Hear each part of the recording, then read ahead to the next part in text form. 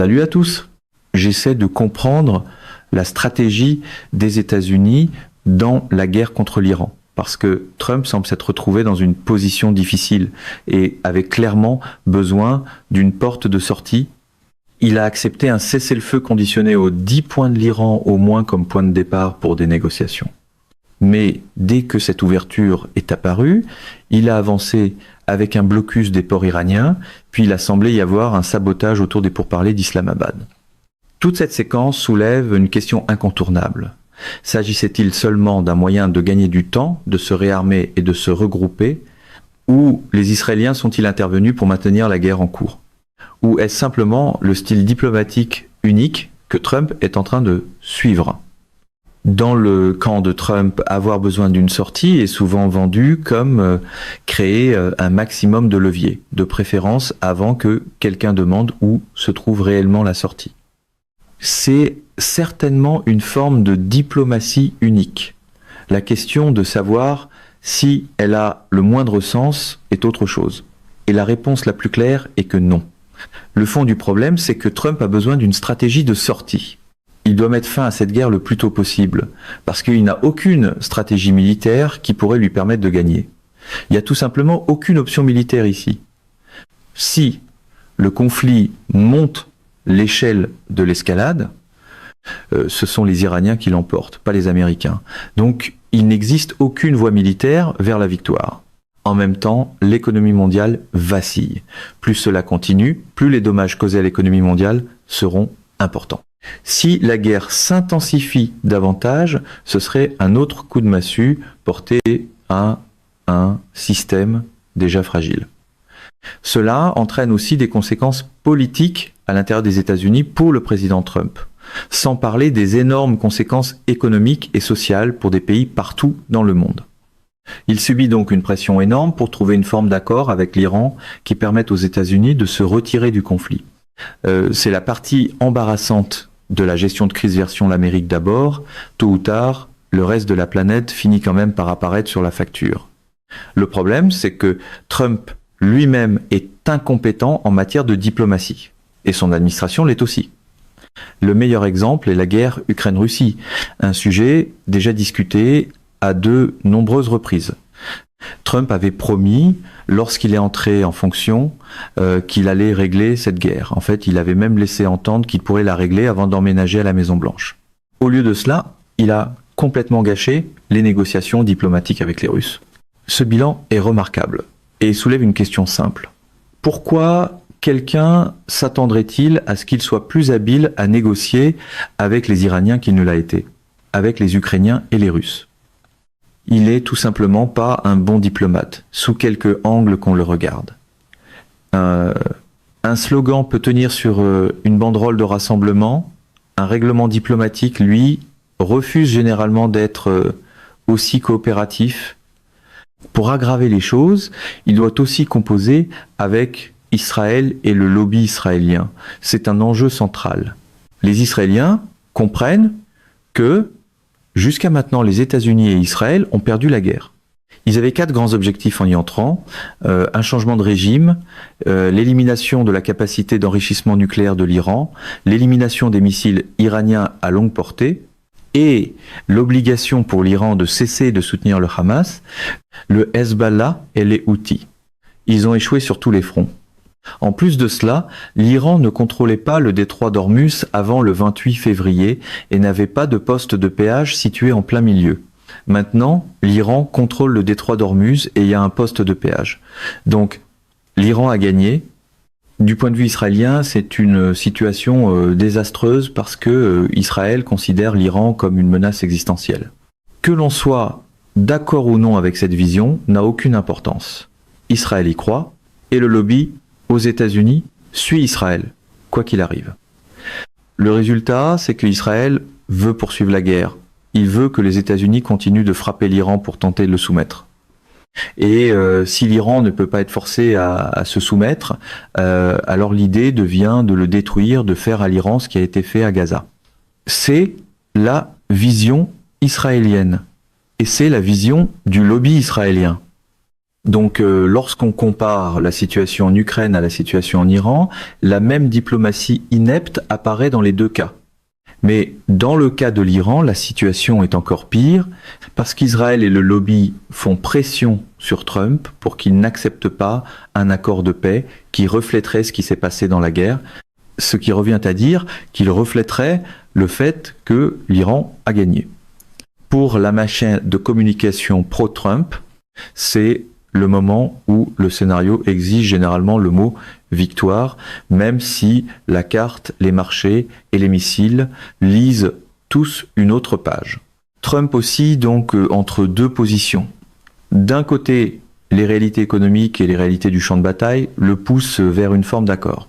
Il a de puissantes raisons de conclure un accord à cause de l'état de l'économie mondiale et de ce qui s'est passé dans les combats. Il comprend qu'il n'a aucune option militaire. Il comprend que les États-Unis ont effectivement perdu. Il comprend les dommages qui pourraient être causés à l'économie mondiale. Tout cela pointe vers la nécessité de conclure un accord. De l'autre côté, il a les Israéliens et leur relais aux États-Unis. Ils sont puissants et profondément implantés dans toute l'administration et ils exercent une pression énorme sur lui pour qu'il ne conclue pas d'accord et qu'il adopte plutôt une ligne dure avec les Iraniens. C'est pourquoi il continue de vaciller entre ces deux positions. Au final, les États-Unis n'ont même pas réussi à obtenir un véritable cessez-le-feu, encore moins des négociations sérieuses. En fait, il n'y a même pas encore de cessez-le-feu complet.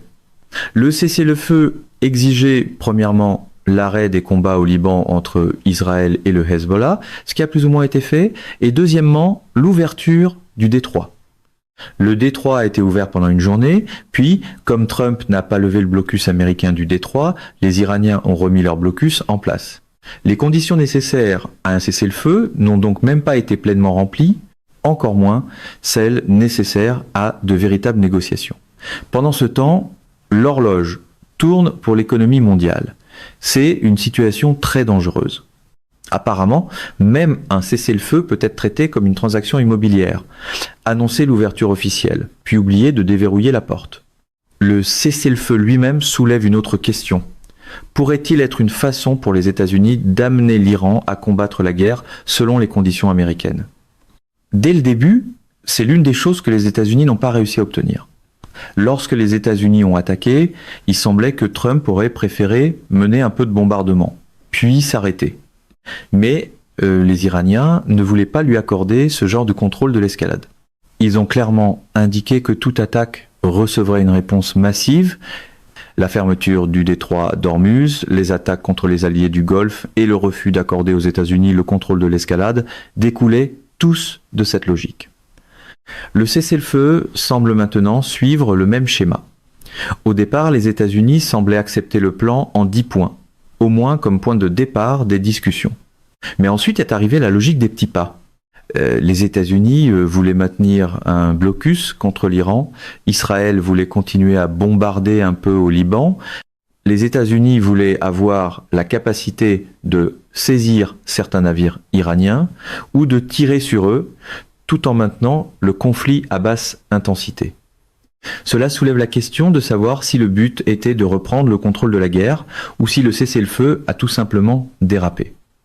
L'Iran est susceptible d'interpréter même une escalade mineure comme faisant partie d'un effort plus large, parce que l'objectif global semble toujours être la destruction de sa nation ou, pour reprendre le langage de Trump, l'effacement de sa civilisation. La question devient donc de savoir si cela a quelque chose à voir avec la manière dont la guerre est menée, ou s'il s'agit simplement d'un effort pour réduire l'intensité et limiter les cibles que l'Iran choisit de frapper. Ce que Trump veut faire, c'est utiliser le levier militaire pour amener l'Iran à accepter un cessez-le-feu, puis à venir à la table des négociations. Il veut aussi utiliser ce levier militaire pour obtenir un bon accord. Pas un excellent accord, parce qu'il n'obtiendra pas un excellent accord, mais quelque chose qu'il pourra présenter comme meilleur que le plan d'action global commun, surtout sur l'enrichissement nucléaire. Dans son esprit, ce levier, c'est le tour de magie trumpien bien connu, appeler le bâton raté un levier, puis espérer que la carotte ne demande pas de preuves. Toute grande puissance dispose de 3 instruments militaires qu'elle peut utiliser pour obtenir ce qu'elle veut, soit à des fins coercitives, soit en menant une guerre réelle, la puissance aérienne, la puissance terrestre et la puissance navale. La guerre a commencé le 28 février et avant le cessez-le-feu, elle a été menée principalement avec la puissance aérienne. L'Iran a été frappé depuis les airs, y compris par des appareils de l'aéronaval, mais il n'y avait pas de blocus à ce moment-là. C'était une campagne aérienne et cette campagne a échoué. C'est pourquoi la situation s'est déplacée vers un cessez-le-feu et c'est pourquoi on peut dire que l'Iran a gagné la guerre jusqu'à maintenant. La campagne aérienne a échoué. Tout le monde savait, ou du moins tout le monde aurait dû savoir, que la seule puissance aérienne n'allait pas vaincre l'Iran. Le bilan historique est clair là, dessus.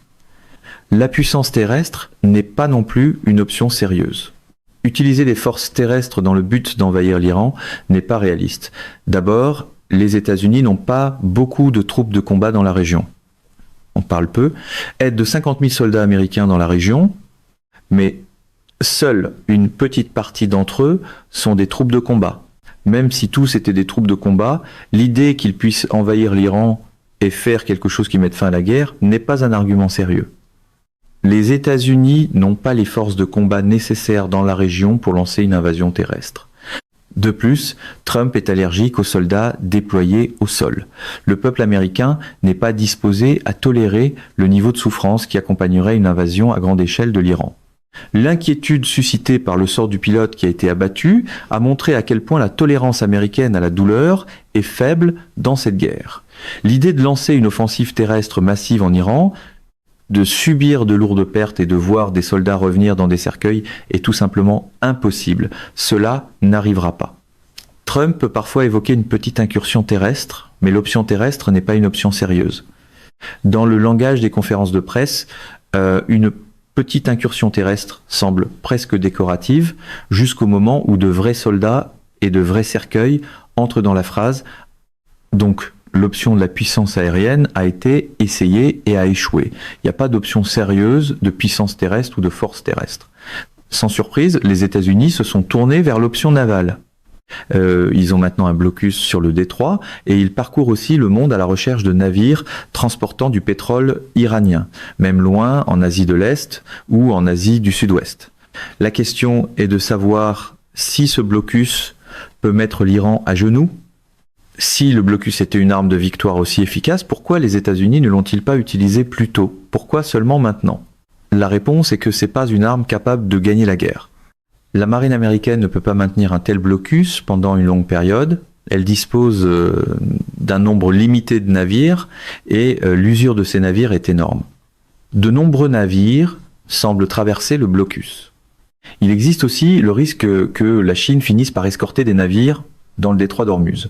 Cela placerait les États-Unis dans une position très difficile, car ils pourraient alors devoir attaquer des navires chinois s'ils voulaient empêcher des cargos ou des pétroliers iraniens d'entrer dans le Golfe. On peut imaginer toutes sortes de problèmes liés à ce blocus. L'Iran a également capturé 2 navires dans le Golfe Persique en représailles aux 2 navires saisis par les États-Unis. Les Iraniens jouent coup pour coup. Plus important encore, ils ont rendu parfaitement clair que si les États-Unis veulent revenir à la table des négociations, ils doivent mettre fin au blocus. À un moment donné, Trump devra mettre fin au blocus simplement pour revenir aux négociations. Il ne peut pas tergiverser indéfiniment. Les négociations doivent commencer et cela signifie que le blocus devra être levé. C'est le problème avec la fermeté performative. À un moment donné, la performance doit faire de la place à la paperasse. Mais le point plus profond demeure, le blocus ne sera pas si efficace.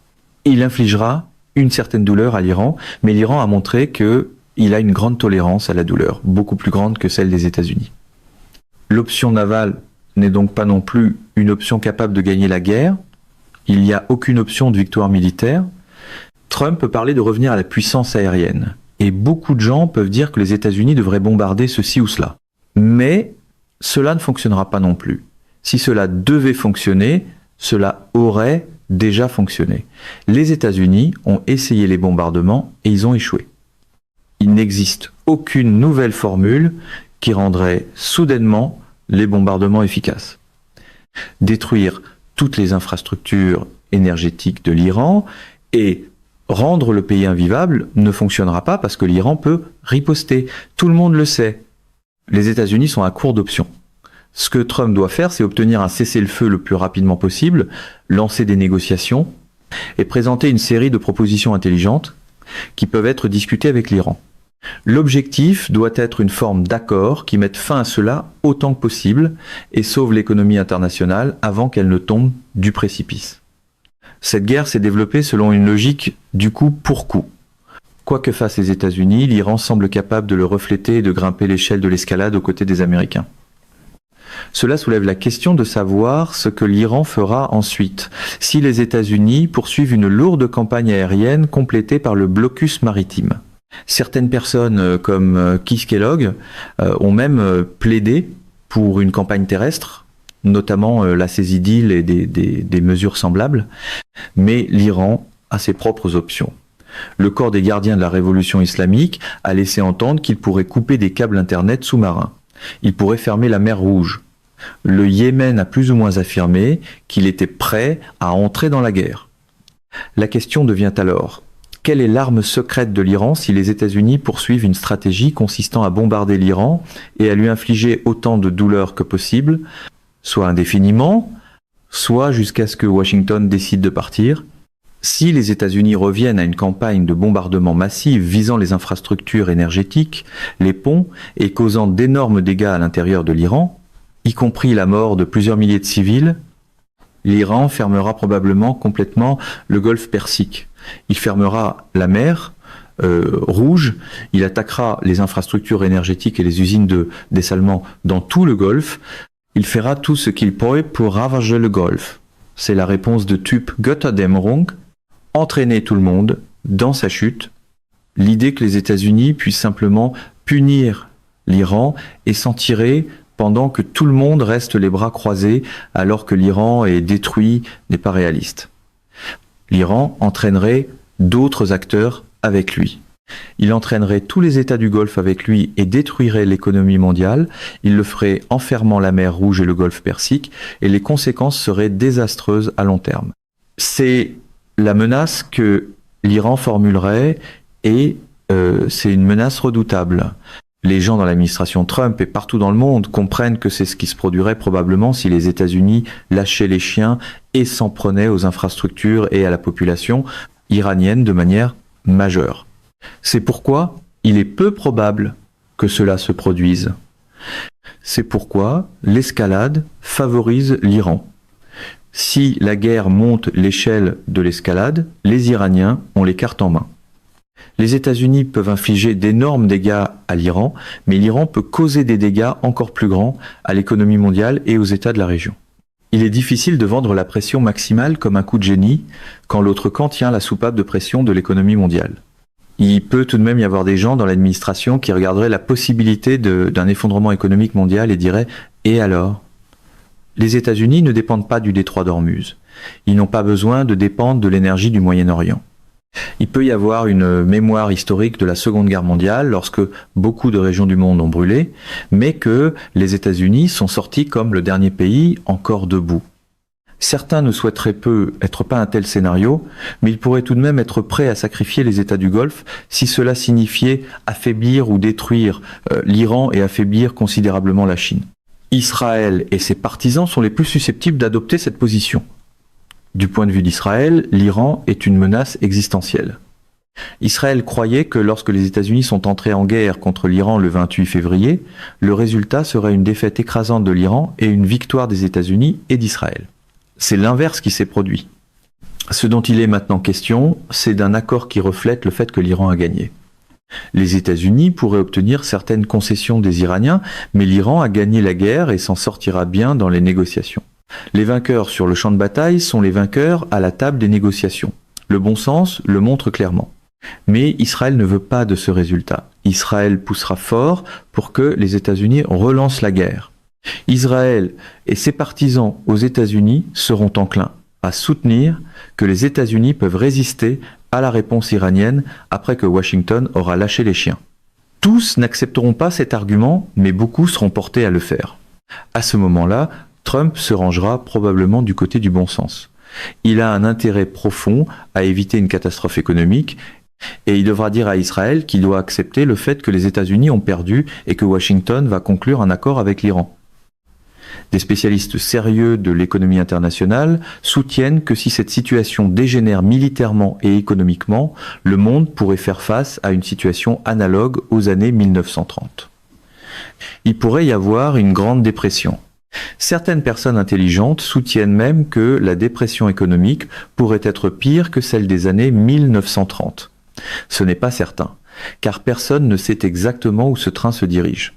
Le monde est incertain et l'issue est difficile à prévoir.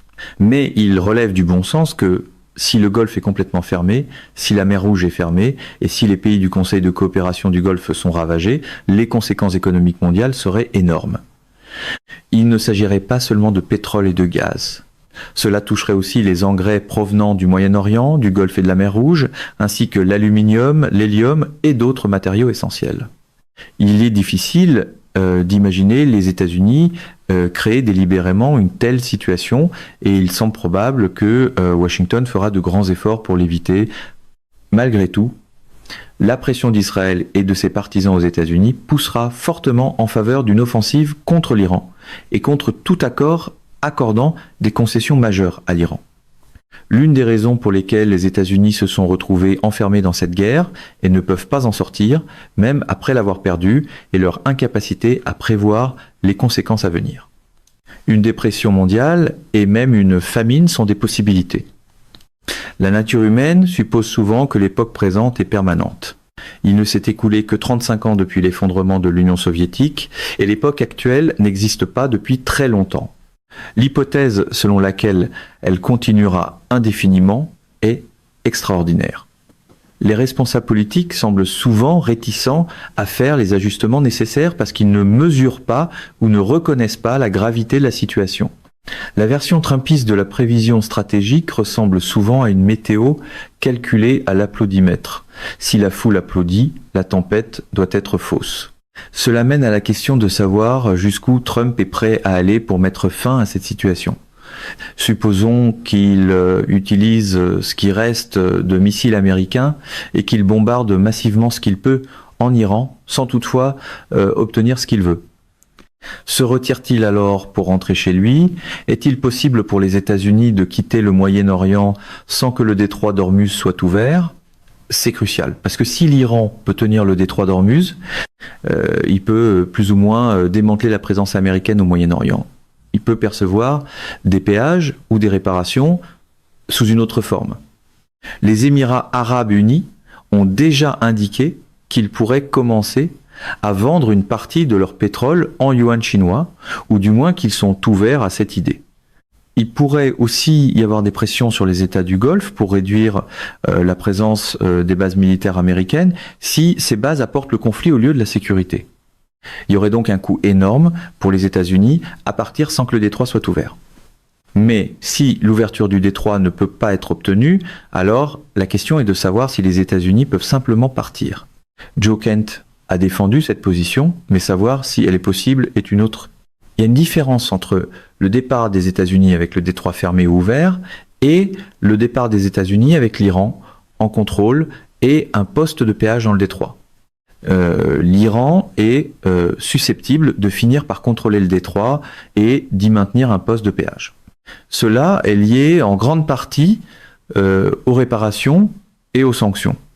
Il est difficile d'imaginer les États-Unis et Israël, certainement Israël et même les États-Unis, payer des réparations à l'Iran pour tous les dommages causés.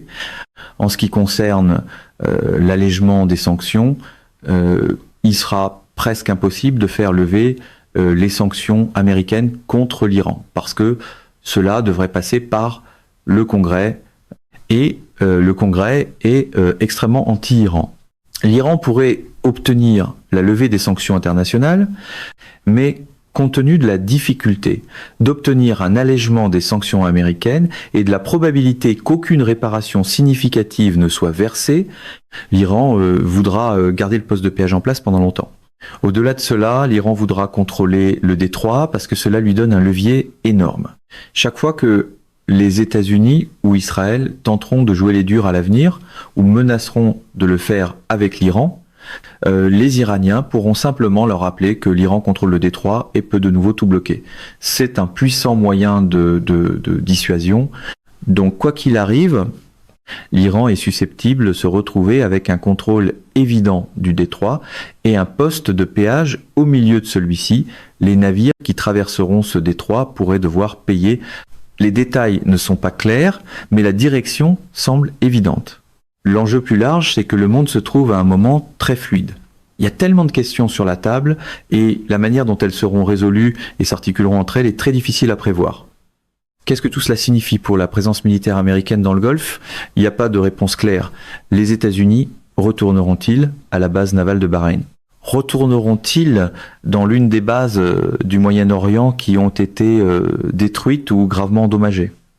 Les États du Golfe, qui hébergeaient ces bases, voudront-ils seulement le retour des États-Unis? Quel rôle les bases joueront-elles dans les négociations? Les États-Unis pourraient-ils faire des concessions sur les bases afin d'obtenir un meilleur accord sur l'enrichissement nucléaire?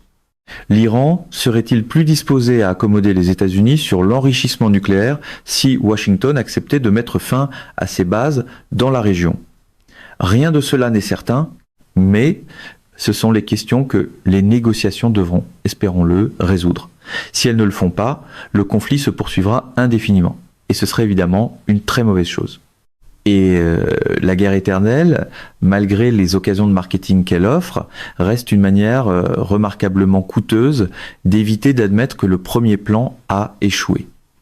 Beaucoup de conflits d'aujourd'hui qui impliquent la Russie, l'Iran ou la Chine ont la même origine profonde, la transition plus large de l'ordre mondial, d'une répartition unipolaire du pouvoir vers une répartition multipolaire. Dans un système hégémonique, l'hégémon a intérêt à construire des alliances parce que ces alliances aident à maintenir l'hégémonie. En Europe, cela voulait dire diviser le continent entre des alliés dépendants, donc loyaux d'un côté et des adversaires affaiblis de l'autre. On peut observer une dynamique semblable au Moyen-Orient. Lorsque la Chine a tenté de négocier une amélioration des relations entre l'Arabie Saoudite et l'Iran, la logique de l'ordre existant a été menacée. Si la paix éclate, que se passe-t-il? Les Saoudiens deviennent moins loyaux ou moins obéissants et les Iraniens ne sont plus contenus. Un système d'alliance est donc nécessaire pour préserver une position hégémonique. À mesure que le monde devient multipolaire, de nombreux États ont intérêt à adopter une position politique plus indépendante. Mais pour y parvenir, ils doivent diversifier leurs liens et éviter de se lier trop étroitement à un seul acteur. De l'Arabie Saoudite à la Turquie et dans toute la région, de nombreux pays cherchent à diversifier leurs relations et à se découpler quelque peu des systèmes d'alliance existants, surtout si l'hégémon est en déclin. Cela ne signifie pas que les États-Unis sont finis. La comparaison avec la Grande-Bretagne en 1956 a ses limites, parce que les États-Unis resteront une puissance massive. Mais le déclin relatif compte. Dans les années 1990, tout le monde voulait lier sa sécurité aux États-Unis parce que le système d'alliance américain monopolisait la sécurité. Mais si l'hégémon est en déclin relatif et commence à utiliser les États de première ligne pour affaiblir ses adversaires, alors des États comme ceux du Golfe doivent se demander si rester dans cette position est encore avantageux.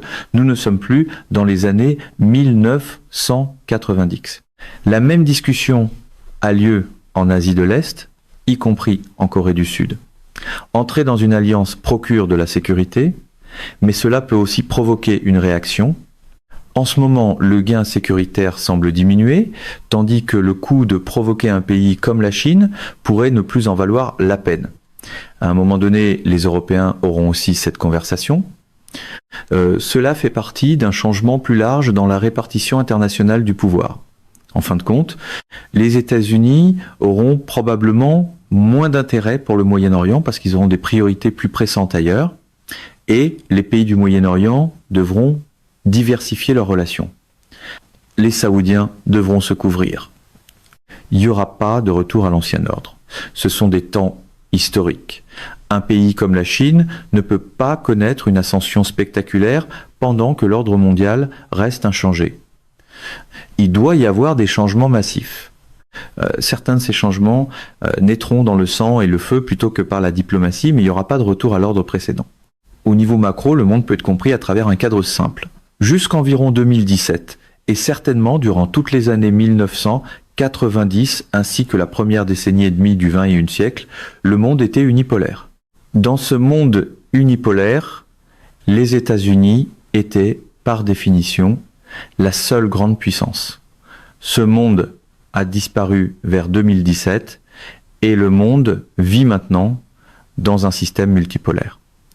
Dans ce système multipolaire, la région la plus importante pour les États-Unis est l'Asie de l'Est, parce que la Chine est un concurrent de même rang. La Chine est une grande puissance montante qui menace de devenir encore plus puissante que les États-Unis. C'est pas garanti, mais la Chine est un adversaire redoutable.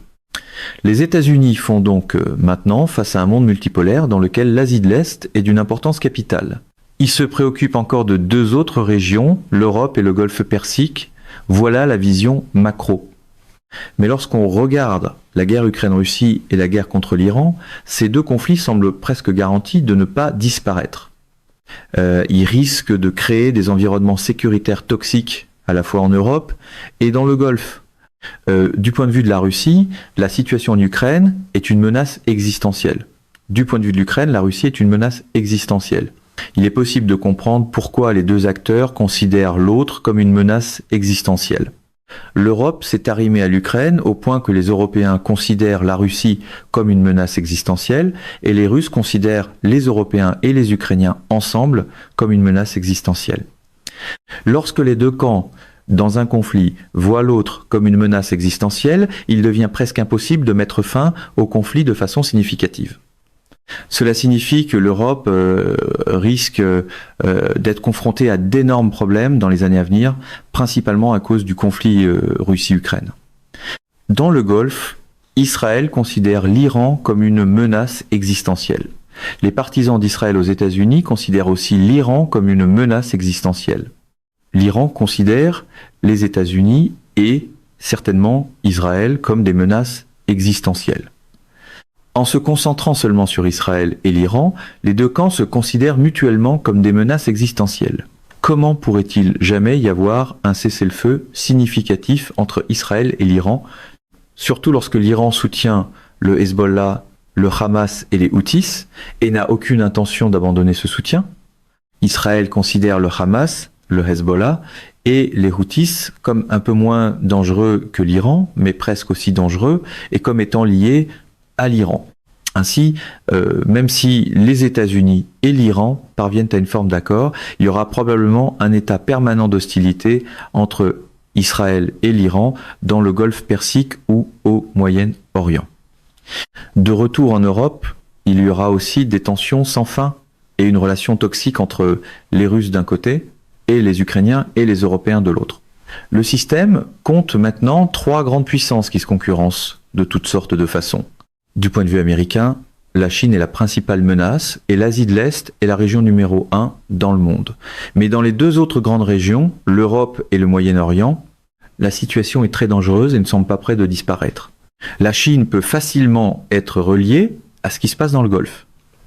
La Russie est déjà profondément impliquée en Europe comme l'un des principaux participants à la guerre en Ukraine et elle est aussi impliquée dans le Golfe en aidant l'Iran. La Russie et la Chine aident toutes deux l'Iran. La Chine, parce qu'elle craint une stratégie américaine d'endiguement en Asie de l'Est, a intérêt à voir la guerre en Ukraine se poursuivre et les États-Unis rester coincés en Europe. D'une certaine manière, la Chine a aussi intérêt à voir les États-Unis rester militairement coincés dans le Golfe Persique, parce que cela signifie que les forces américaines seront moins disponibles pour se déplacer vers l'Asie de l'Est afin de contenir la Chine. Ce cadre simple montre que le monde est très dangereux et qu'il y a peu de perspectives de créer un monde plus pacifique dans l'avenir. La question devient alors de savoir quels seront les objectifs des États-Unis envers l'Europe dans un monde multipolaire. Les États-Unis ne peuvent pas être partout. Ils doivent établir des priorités. S'ils donnent la priorité à l'hémisphère occidental et à l'Asie de l'Est, là où se trouvent leurs concurrents de même rang, ils doivent alors sortir du Moyen-Orient et de l'Europe. C'est pourquoi la guerre contre l'Iran n'a pas beaucoup de sens dans une stratégie plus large. L'Europe pourrait être encore plus importante à quitter parce qu'elle consomme beaucoup de ressources. Plus important encore, une empreinte américaine lourde en Europe pousse la Russie à se rapprocher de la Chine. Lorsque Trump a dit qu'il voulait mettre fin à la guerre en Ukraine en 24 heures, ce n'était jamais réaliste, mais cela suggérait au moins qu'il reconnaissait le changement dans la répartition du pouvoir. Il est facile de promettre une solution en 24 heures lorsque le calendrier est traité comme un accessoire de campagne plutôt que comme une contrainte stratégique. Pourtant, les faits pointent maintenant dans une autre direction. Elbridge Colby, le sous-secrétaire à la défense chargé de la politique, a tenu des propos qui ne donnaient pas l'impression d'une volonté de mettre fin à la guerre. Au contraire, il a appelé les Européens à prendre leurs responsabilités. Cela ressemblait moins à une volonté de mettre fin à la guerre qu'à une volonté de l'externaliser aux Européens. Alors que les Européens veulent attirer les Américains plus profondément dans la guerre, les Américains semblent vouloir externaliser la guerre vers l'Europe. La question est de savoir si les États-Unis veulent vraiment mettre fin à la guerre ou s'ils veulent simplement en faire une guerre européenne afin que la Russie puisse continuer à être contenue pendant que l'Europe porte le fardeau. La Russie a laissé entendre qu'elle était prête à améliorer ses liens bilatéraux avec les États-Unis, même si Washington reste impliqué en Ukraine par le renseignement et les armes. Mais il n'y a pas de volonté claire de mettre fin à la guerre.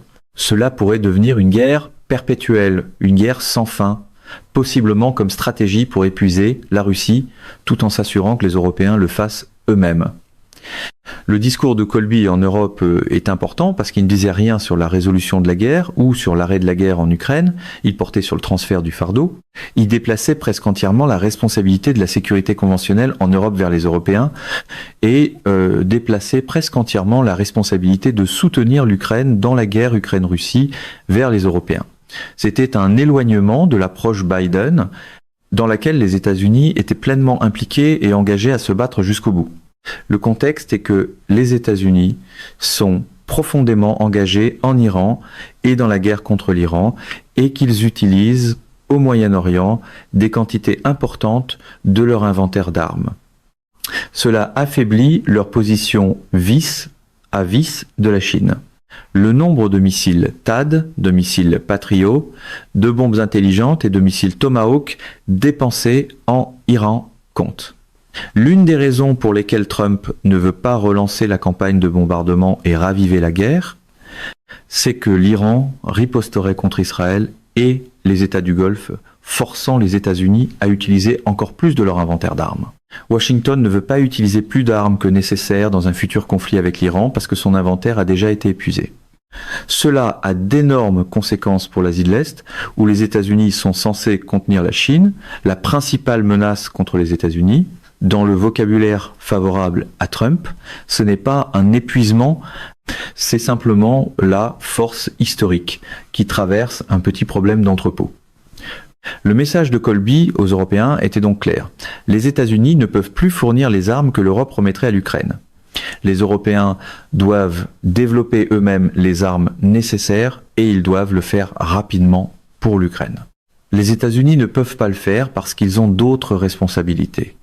Le discours de Colby est une déclaration claire selon laquelle les États-Unis divorcent militairement de l'Europe. Il dit aux Européens de s'occuper de la guerre en Ukraine. Il ne leur dit pas de mettre fin à la guerre en Ukraine. En fait, le document se lit comme si la guerre devait continuer encore et encore. Cela n'a rien d'étonnant. Les États-Unis n'ont pas réussi à mettre fin à la guerre et les Européens ne vont pas y mettre fin. En fait, ils n'ont aucun intérêt à l'arrêter. Les Européens veulent que cette guerre se poursuive indéfiniment. L'Ukraine devra être approvisionnée avec une grande quantité d'armes et la question est de savoir d'où viendront ces armes. Jusqu'à maintenant, le modèle a été que les Européens achètent des armes aux États-Unis et les donnent à l'Ukraine. Colby dit que le placard est vide. Il n'y a plus d'armes américaines à donner. Les États-Unis consomment leurs armes dans le Golfe à un rythme incroyablement rapide et cela entraîne de grandes conséquences pour l'Asie de l'Est, qui est la région stratégiquement la plus importante du monde. En ce sens, Colby sépare les États-Unis de l'Europe, surtout au niveau conventionnel. La guerre contre l'Iran peut être aussi contribué à ce découplage. Trump a consacré beaucoup d'efforts rhétoriques à blâmer les Européens pour toute cette affaire. Cela pourrait fournir une raison, ou du moins aider à mobiliser un soutien pour découpler davantage les États-Unis de l'Europe, mais cela rapproche aussi beaucoup plus l'Europe de la guerre. Avec le manque d'armes américaines, la situation évolue de plus en plus en faveur de la Russie et les Européens devront intensifier considérablement leurs actions. On le voit dans la production et la livraison de drones, dans l'ouverture croissante concernant la participation européenne à la guerre et dans les informations selon lesquelles les États baltes et ou la Finlande pourraient autoriser l'utilisation de leur territoire pour frapper la Russie. À un moment donné, l'escalade mettra plus de pression sur le Kremlin pour qu'il réponde. Tout cela se produit au moment où les Américains se séparent de l'Europe. Cela signifie que la Russie pourrait se sentir moins contrainte de riposter. Pourquoi la Russie craindrait-elle de frapper un centre logistique allemand si l'Amérique ne se tient pas derrière l'Allemagne ? Il en va de même pour les États baltes. Ils ont agi comme ils l'ont fait parce qu'ils avaient toujours le grand et redoutable oncle Sam derrière eux. Si l'oncle Sam n'est plus là et si l'Europe intensifie, au lieu de calmer les choses, cela devient une recette pour la guerre. Le tour politique est élégant de la pire manière possible. Appelez cela la responsabilité européenne après avoir aidé à allumer la mèche, puis reculer et admirer le partage du fardeau. Cela nous ramène à l'idée que le moment présent est extrêmement fluide. Qu'arrive-t-il au parapluie sécuritaire américain, au parapluie nucléaire américain au-dessus de l'Europe, surtout de l'Europe de l'Est ? Si quelque chose se produit dans l'un des États baltes, que feront les États-Unis ? Il est très difficile d'imaginer les États-Unis entrer dans un combat avec la Russie dans un État balte en ce moment. La Russie le comprend et montre déjà ses muscles vis des États baltes. Il y a aussi la question de ce qui arrivera lorsque l'Ukraine perdra finalement la guerre. Il est difficile de savoir à quoi ressemblera l'arrangement final, mais à un moment donné, les tirs cesseront. La Russie finira par contrôler une grande partie du territoire ukrainien qu'elle a déjà annexé, y compris 4 oblasts et la Crimée. Cela sera perçu comme une défaite dévastatrice pour l'OTAN. L'OTAN aura perdu. Trump blâmera les Européens. Le discours de Colby place Trump en position de faire exactement cela. Les États-Unis se retirent de la guerre et lorsque l'Ukraine finira par perdre, Trump pourra dire que le fardeau avait été transféré presque entièrement aux Européens.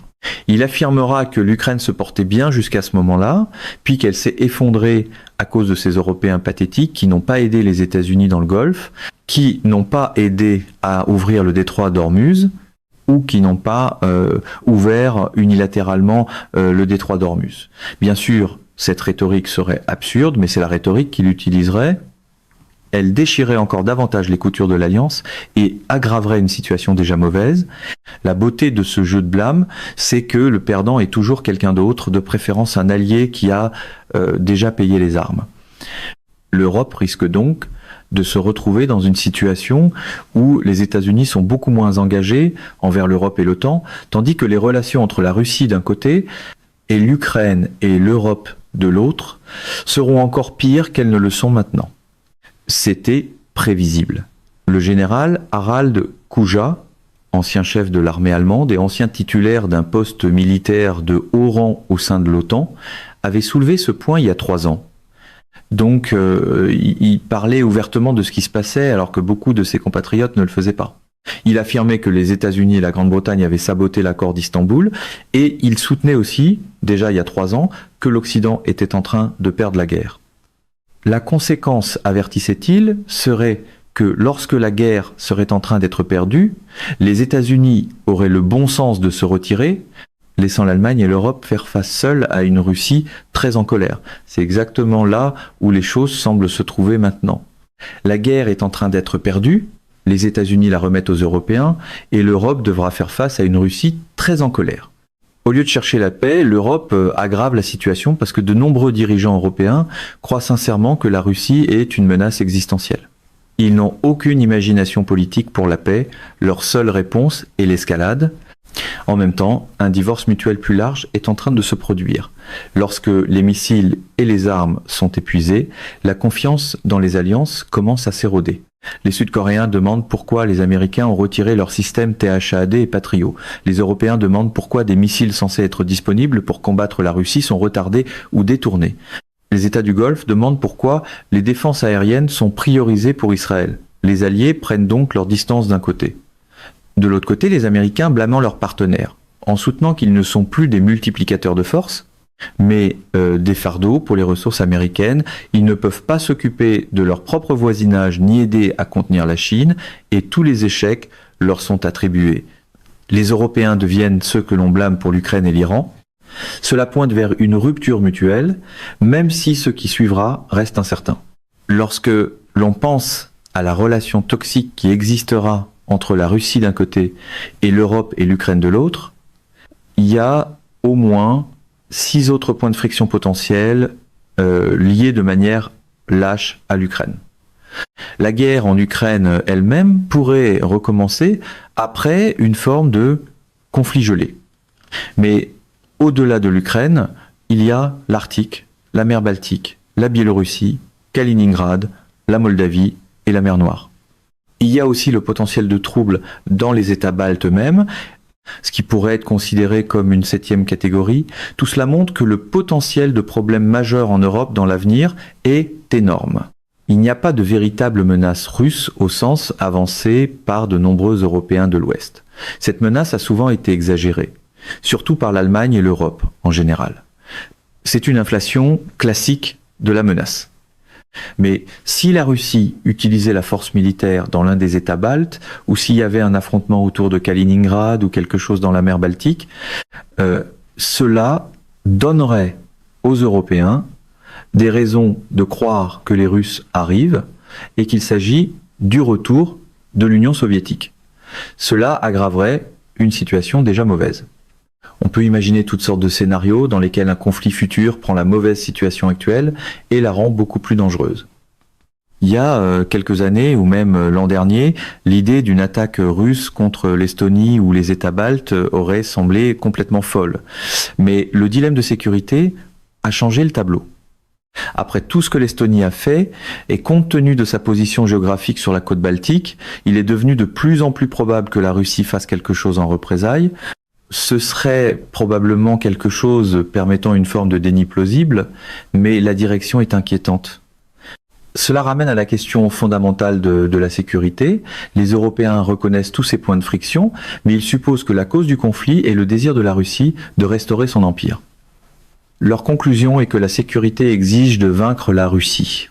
C'est la mauvaise approche, parce qu'elle déclenche un dilemme de sécurité. La situation doit être désamorcée, pas intensifiée. En revenant de l'Europe au Moyen-Orient, le conflit Israël-Iran est aussi plus compliqué qu'il n'y paraît. Lorsqu'on réfléchit à la manière de régler ce conflit, il ne suffit pas de se concentrer uniquement sur l'Iran et Israël. C'est pas le bon cadre, parce que tout règlement doit aussi inclure le Hezbollah et le Hamas. Les Houthis sont beaucoup moins problématiques, mais le Hamas et le Hezbollah sont inextricablement liés à l'Iran. Pour Israël, le Hezbollah et le Hamas comptent énormément, surtout le Hamas. Donc s'il doit y avoir une forme de modus vivendi entre Israël et l'Iran, le Hezbollah et le Hamas doivent être inclus dans l'équation. La manière d'y parvenir n'est pas claire.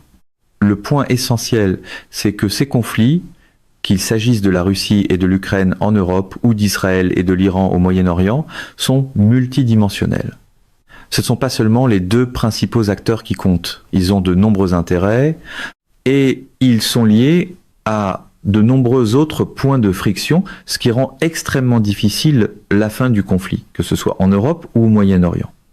Le Moyen-Orient pourrait encore devenir incontrôlable. Les gens supposent souvent que les alliances sont gravées dans la pierre, mais plusieurs pays qui ont été hostiles à l'Iran, notamment l'Arabie Saoudite, et dans une moindre mesure, la Turquie, changeraient de position si l'Iran était affaibli. Les Saoudiens ne sont pas entièrement à l'aise avec les ambitions territoriales d'Israël. La Turquie est aussi très consciente de l'hostilité d'Israël envers elle. Si l'épouvantail iranien disparaît, certains pays pourraient soudainement se retrouver les prochains sur la liste. Cela signifie qu'on ne veut pas nécessairement détruire complètement son ennemi.